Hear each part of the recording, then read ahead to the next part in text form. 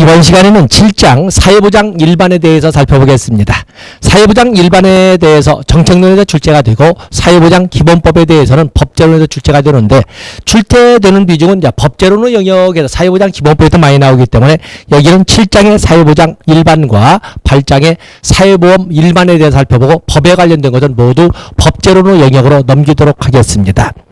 자, 여러분들 교재를 보시면 7장 사회보장 일반, 사회보장이란 물론 사회보장의 개념, 사회보장의 개념이라고 하는 것은 사회보장 기본법 제3조의 내용을 가지고 여러분들은 시험 날까지 가야 됩니다. 정책론에서 나오고 법제론에서 나옵니다. 자, 우리가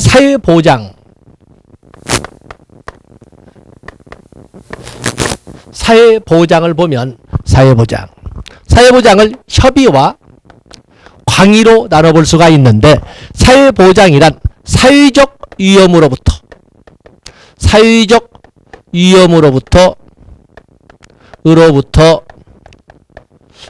모든 국민을 보호하고 사회적 위험으로부터 모든 국민을 보호하고 다음에 삶의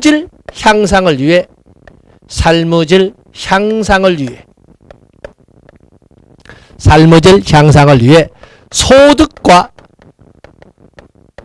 서비스를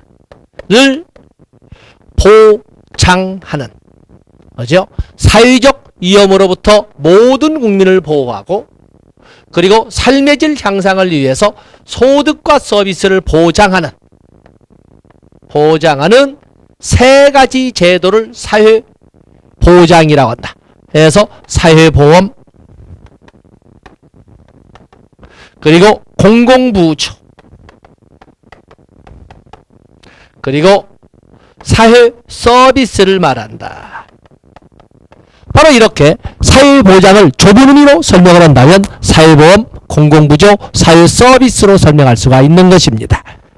자, 여기도 보시면 역시 사회보장이란 출산, 양육, 실업, 노령, 장애, 질병, 빈곤, 사망 등의 사회적 위험으로부터 모든 국민을 보호하고 삶의 질 향상을 하는데 필요한 소득 서비스를 보장하는 사회보험, 공공부조, 사회서비스를 말한다 라고 해서 이렇게 정리를 했습니다. 때문에 보통 우리가 좁은 의미의 사회보장이라고 하는 것은 사회보험, 공공부조 그리고 사회서비스를 이렇게 설명하고 있는 것입니다. 만약에 이것을 광의의 개념으로 사회보장을 본다면 당연히 사회보험 그리고 공공부조 사회서비스 라고 하는 이 협의에다가 맞춤형 사회보장 신설된 거죠. 맞춤형 사회보장인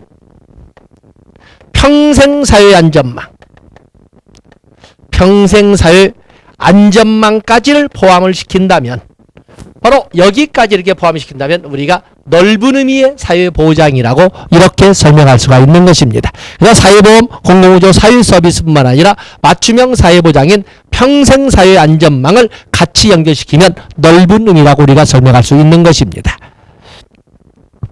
거기 오면 뭐 여러가지 설명을 쭉 하고 있지만 그 중에 이제 법제론에 가서 다시 한번 정밀하게 보기로 하고 5번에 보시면 4번 사회보장은 복지다원주의, 복지혼합의 개념화에서 민영화되어가는 추세이다. 그렇죠? 민영화되어가는 추세이다. 종래에는 이 사회보장은 헌법 34조 2항에 있는 것처럼 국가는 사회보장, 사회복지 증진에 노력할 의무를 진다 이렇게 되어 있지 않습니까? 그럼에도 불구하고 정부 실패 그 문제를 해결하기 위해서 자꾸 민간 부문의 영역을 확대시켜가는 경향이 있다. 이 말을 4번에서 보시고 사회보장이란 말이 처음으로 성문화되는 것. 자, 사회보장의 역사를 한번 적어볼까요? 그 옆에다가 공간에 있으니까 사회보장의 연역.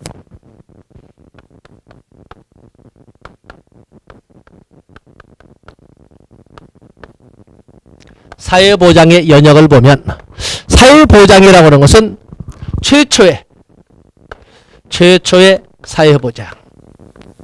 최초의 사회보장은 용어와는 관련 없이 1880년대 비스마르크 사회보험을 1880년대 비스마르크 사회보험을 최초의 사회보장이라고 합니다. 다음에 최초로 언급된 것은 1934년 루스벨트의 의회 연설에서 처음으로 언급되었다고 합니다. 최초의 성문화는 바로 1935년 미국 사회보장법이라고 할 수가 있습니다. 최초로 사회보장, 소셜 세큐리티라는 단어가 최초로 성문화된 것은 1935년 미국의 사회보장법이다. 다음에 최초 국제화 되기 시작한 것은 1941년 영국의 처칠과 미국의 루스벨트가 함상에서 약속을 해서 서명을 했던 대서양 헌장을 출발점으로 한다라는 것을 거기다가 심화학습으로 거기 1번에 5번 사회보장은 1935년에 제정된 미국의 사회보장법을 기원으로 한다. 거기를 좀 더 상세하기 위해서 자, 이 내용을 여러분들이 첨가를 해 놓으시면 되겠습니다. 다음에 오른쪽에 보시면 사회보장의 등장 배경은 여러분들이 보시되 좀 B급이지만 등장 배경 중에 3번 우리가 사회보장이나 사회복지라고 하는 것은 자본주의 병폐가 빠르게 그리고 아주 심화된 국가에서 사회보장이나 사회복지가 등장을 한다고 알고 있는데 어떻게 유럽에서는 최초의 사회보장이라고 하는 것이 유럽에서 가장 늦은 산업화 국가 사실은 농업국가였던 독일에서 등장했을까? 라고 하는 그 이유를 바로 등장 배경 3번에서 적어놨습니다. 거기에다가 B급 문제로 여러분들이 예상하시고 체크를 해 놓으시면 되겠습니다. 독일이 산업화가 비교적 늦게 시작되었음에도 불구하고 세계 최초로 사회보험 제도를 도입하고 세계 최초의 사회보장 개념을 받아들이게 된 것은 그 이유가 나와 있지요. 빠르게 진행된 산업화, 그에 따른 노동자 생활 조건의 악화, 이에 대처하기 위해서 확산된 노동운동의 정치화, 또 이에 대한 노동운동의 정치화에 대한 지배 세력의 견제, 또 사회문제에 대한 국가 개입의 필요성 대두, 비스마르크의 통치 스타일 이런 것 등으로 해서 독일이 가장 뒤늦은 산업화 국가였음에도 불구하고 최초의 사회보험, 최초의 사회보장을 등장시킨 국가가 되었다. 바로 거기에다가 출제 대비하시고 중요 표시해 놓으시면 되겠습니다. 다음에 사회보장의 기본 전제와 사회보장의 목적 거기는 여러분들이 보시되 중요한 것은 사회보장의 특징이 되지 않겠습니까? 사회보장은 전 국민을 대상으로 한다. 헌법 제34조 1항 모든 국민은 인간다운 생활을 할 권리를 가진다. 2항 국가는 사회보장, 사회복지 증진에 노력할 놈을 진다. 결국에 헌법의 그 주체인 것처럼 모든 국민을 대상으로 하고 있다는 것을 알 수가 있습니다. 다음에 사회보장은 소득보장 성격으로 개인의 경제적 곤란에 대한 사회적 개입이다. 다음에 사회보장은 국민의 의무로 강제성을 띈다. 취주안의 생활보장이다. 생활권의 이념의 실현이다. 그리고 5번 중요 표시하시고 사회보장은 수입상태로의 최단기 기간 내 복귀를 목적으로 하는 임시 방편성을 가지고 있다. 수입 구조가 있는 본래 상태로 가장 빠르게 되돌려 놓고자 하는 임시 방편성을 가지고 있다. 5번 중요 표시하시고 사회 연대 의식의 확립, 사회 통제. 또 그럼 다른 거 다 좋습니다. 특히 뭐 다른 거 다 읽어보신다 하더라도 5번은 꼭 중요 표시하시고 가지고 가셔야 되겠습니다. 다음에 사회보장의 원칙이 나와 있네요. 사회보장의 원칙이 나와 있습니다. 사회보장의 원칙 그러면 역시 뭐니 해도 사회보장이 베버리지의 특히 사회보험의 6대 원칙과 그리고 국제노동기구에서 1952년에 사회보장의 최저 기준으로 제시했던 3대 원칙을 보셔야 되겠습니다. 그래서 사회보장의 원칙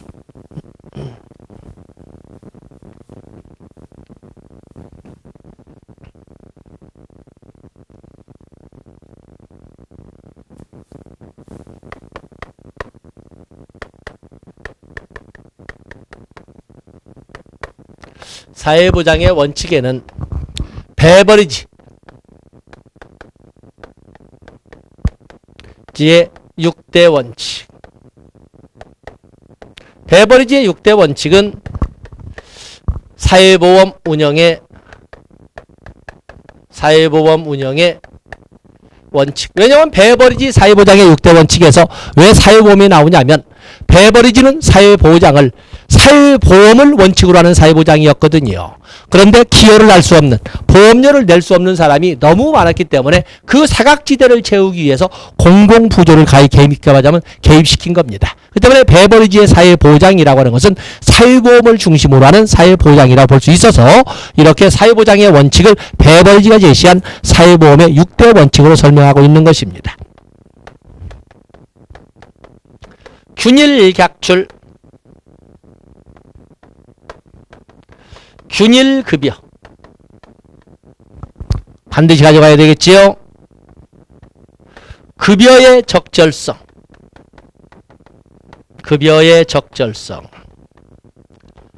다음에 위험 대상의 포괄성, 적용 범위의 포괄성이라고 하죠. 쓸까요? 적용 범위의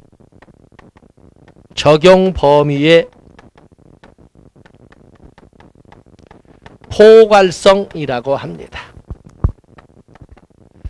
그리고 거기에 오면 6개의 계층으로 나누어 설명하는데 적용 대상의 분류,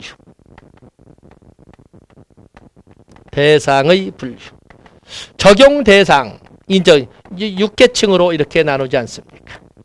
그리고 관리 운영의 통합으로 이렇게 6개의 원칙을 제시를 했습니다. 6개 원칙 다 중요한데 그 중에 특히 누구나 틀릴 일리가 없을 것 같은 건 균일각출, 균일급여가 곧잘 나왔다는 것입니다. 그거 가서 보시고 1942년이지요. 그 다음에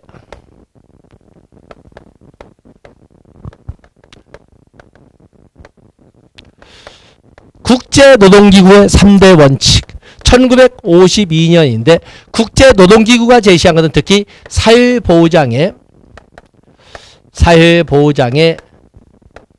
최저 기준, 사회보장의 최저 기준이 이렇게 최저 기준으로 제시했던 것이 국제노동기구가 되겠는데 바로 여기서 3대 원칙을 제시했습니다.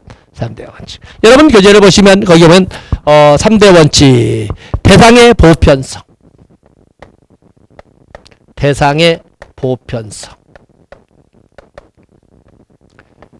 비용 부담의 형평성,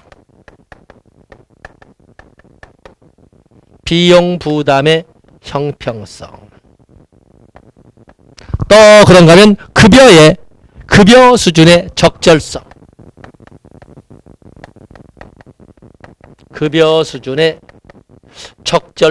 또는 적정성. 도대체 무엇이 어느 정도가 급여 수준이 적절하게 나올 수 있는가 라고 해서 3가지를 제시를 했죠. 그래서 거기 오면 균일급여의 원칙,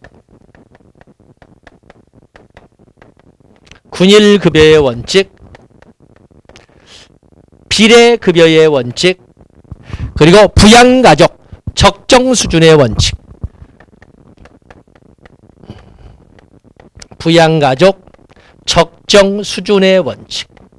부양 수준의 원칙이라고 합니다.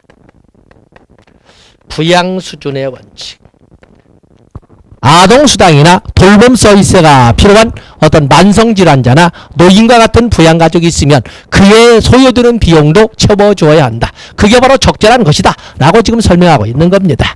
이렇게 해서 최저선은 영국 시민이라면 최저선은 누구나 똑같이 이것 최저선 이상으로 줘야 된다. 균일급여.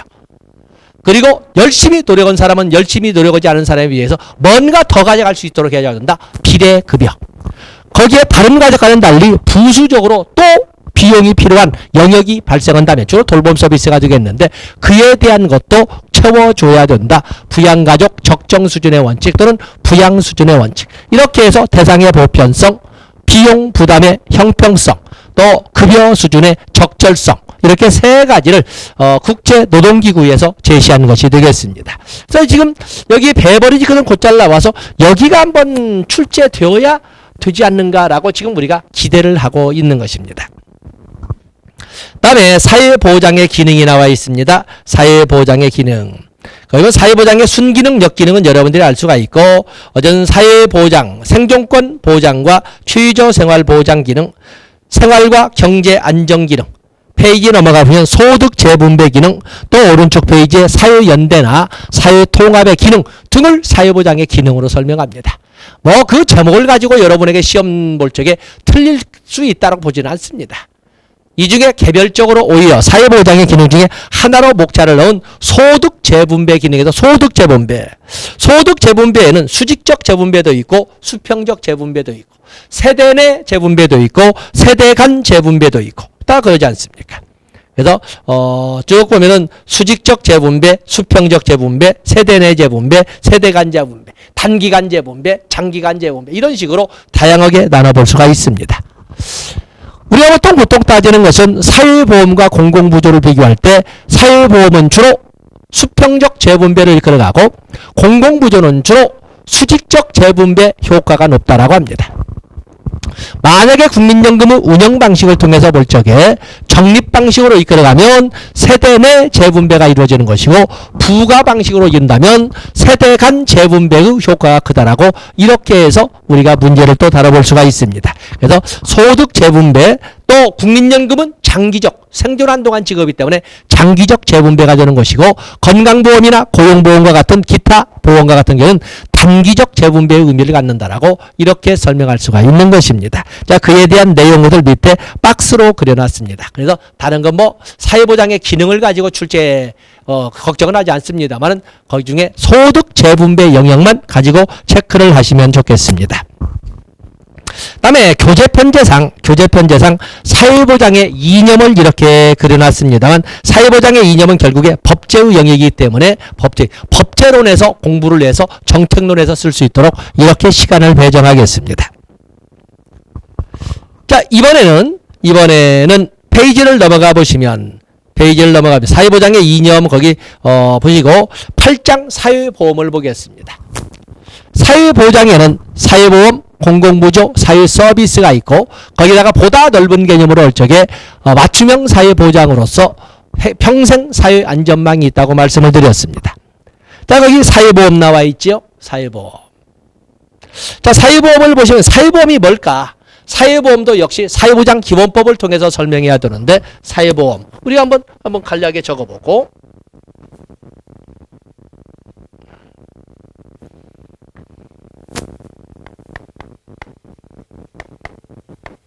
자, 사회보험 정의는 보통 사회보험을 설명할 때 정의는 사회적 위험을 보험 방식으로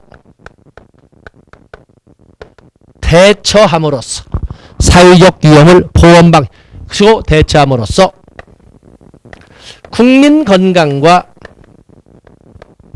소득을 보장하는 제도이다.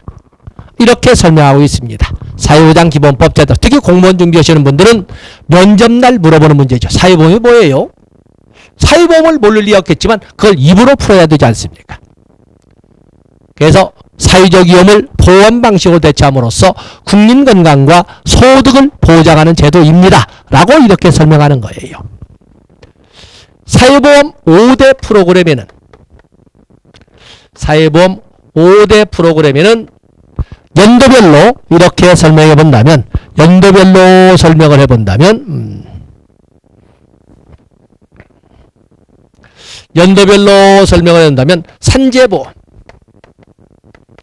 산재보험은 여러분 알다시피 63년 제정 64년 시행으로 되어 있지 않습니까?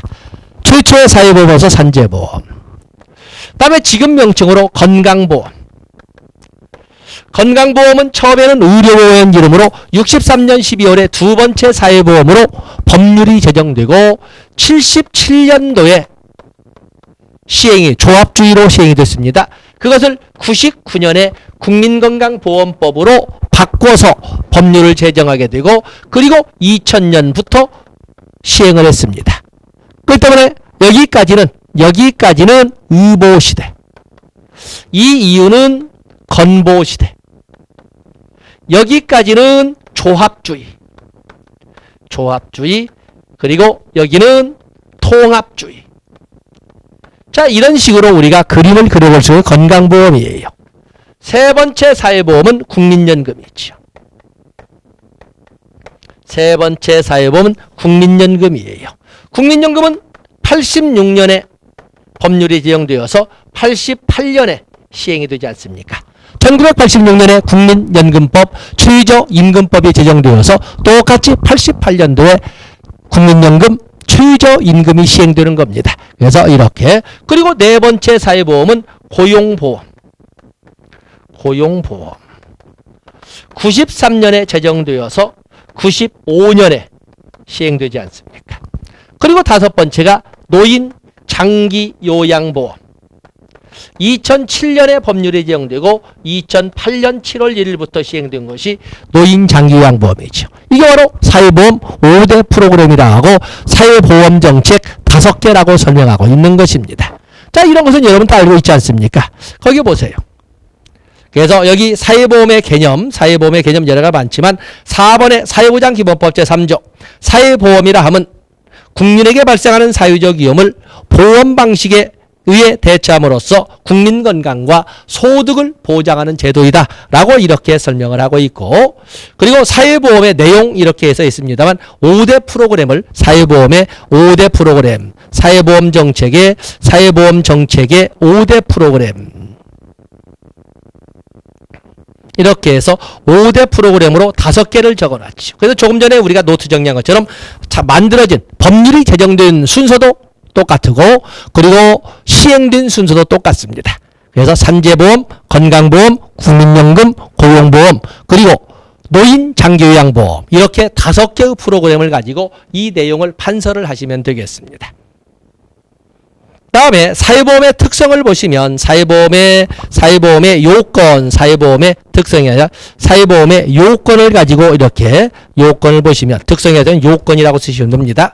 사회성, 보험성, 강제성, 부양성을 가지고 있는데 사회성이라고 하는 것은 사회보험이라고 하는 것은 사회적 위험에 대한 대처 전략이다.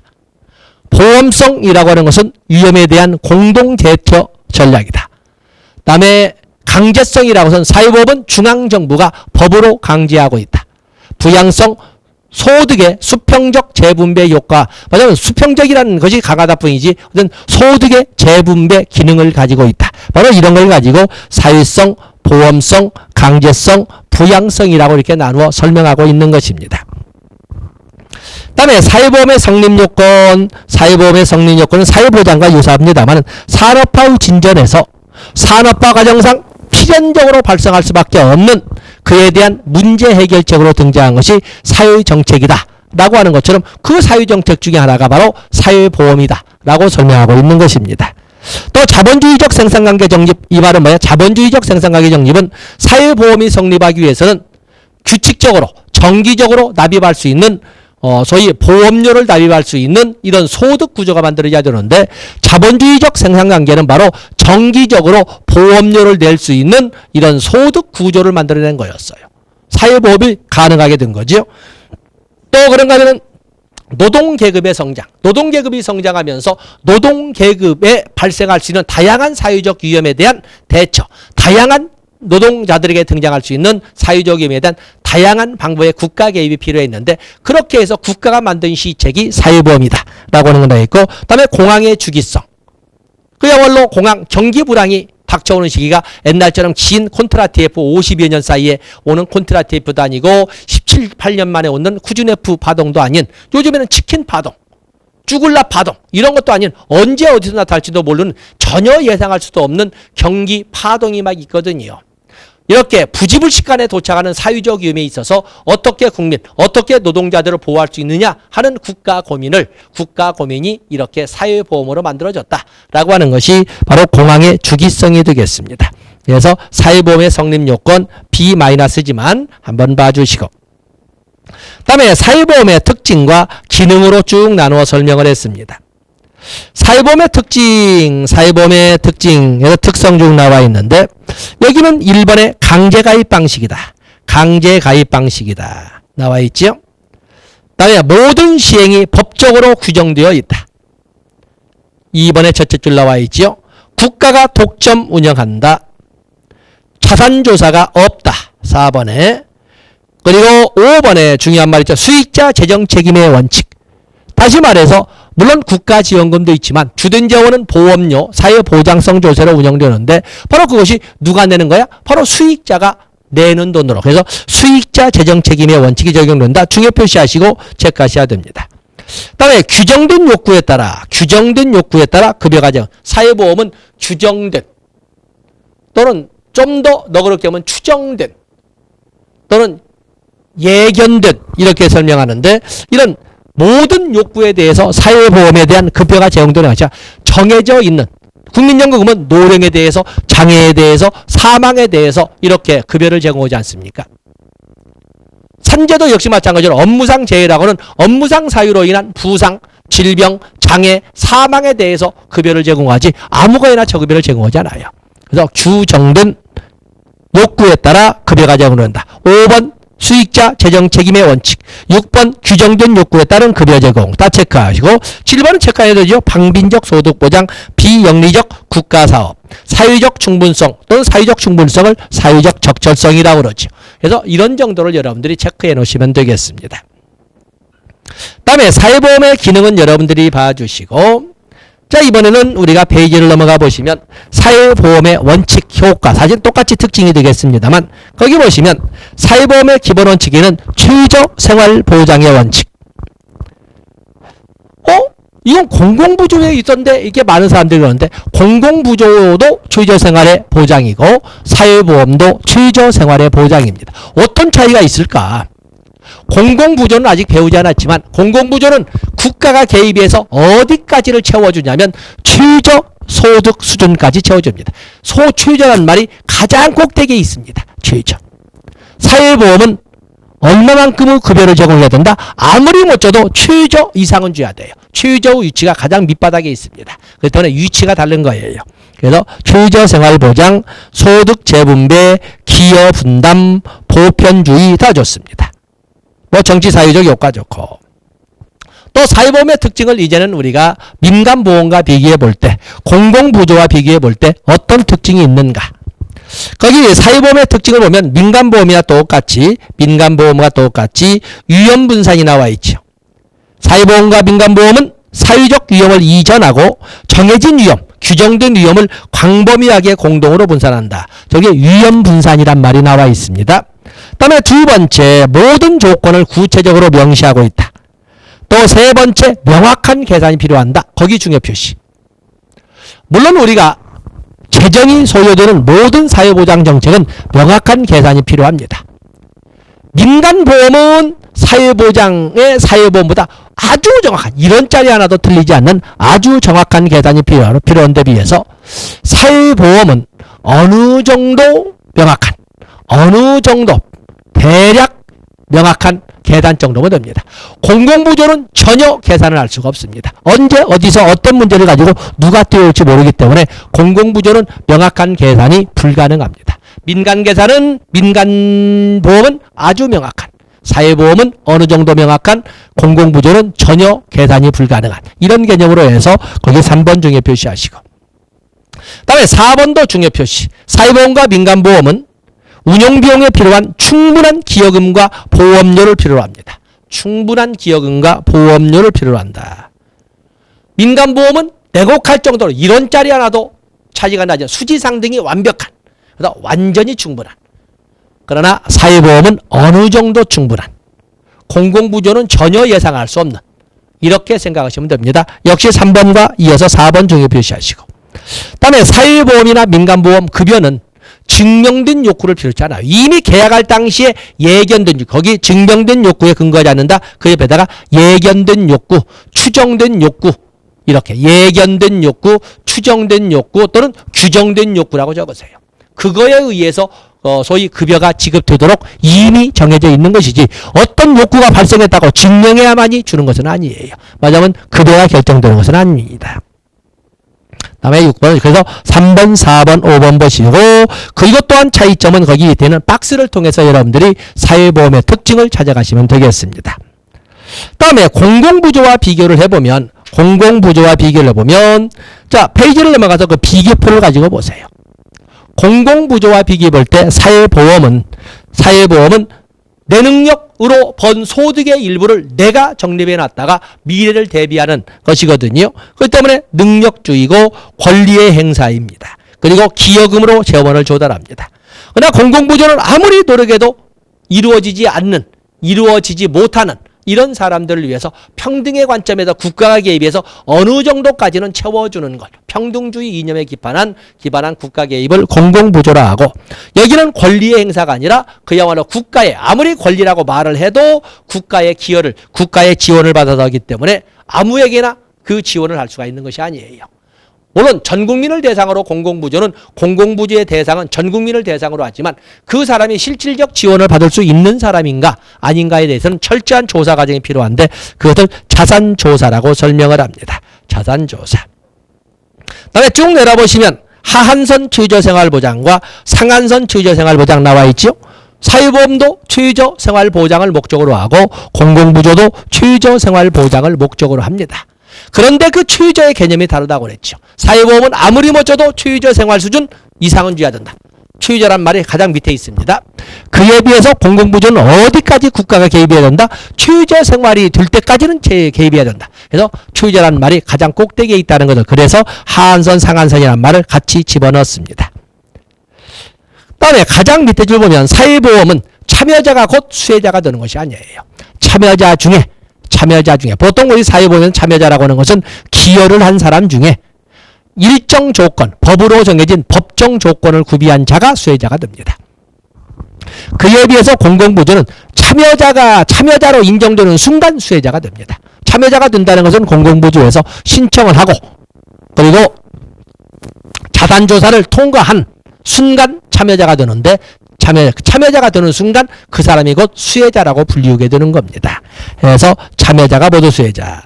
다음에 사회안전망에는 1차 안전망과 2차 안전망과 평생 사회안전망이 있는데 사회보험은 1차 안전망이죠. 자신의 기여도에 따라 자신 스스로가 스스로를 보호할 수 있도록 국가가 만든 시책을 1차 안전망이라고 합니다.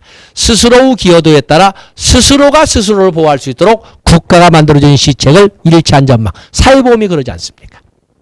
그에 비해서 스스로가 스스로를 보호할 수 없어서 국가의 지원을 받아 보호받을 수 있도록 국가가 만들어진 시책은 2차 안전망이라고 하는데 스스로가 스스로를 보호할 수 없기 때문에 국가의 지원을 받아서 스스로를 보호할 수 있도록 국가가 만들어준 시책은 2차 안전망이라고 하고 있는 것입니다. 바로 이 공공부조가 바로 그 개념에 속하겠습니다. 바로 그런 내용을 통해서 공공부조의 특징도 봤지만 사회보험의 특징을 이렇게 확대시킬 수가 있는 것입니다. 자, 이렇게 해서 우리가 사회보장 일반에 대한 정책적 접근과 그 중에 사회보장 중에 사회보험, 공공부조, 사회서비스 중에 사회보험 일반에 대해서 살펴봤습니다. 다음 시간에는 사회보험 5대 프로그램을 가지고 정책 분석을 해나가도록 하겠습니다. 고맙습니다.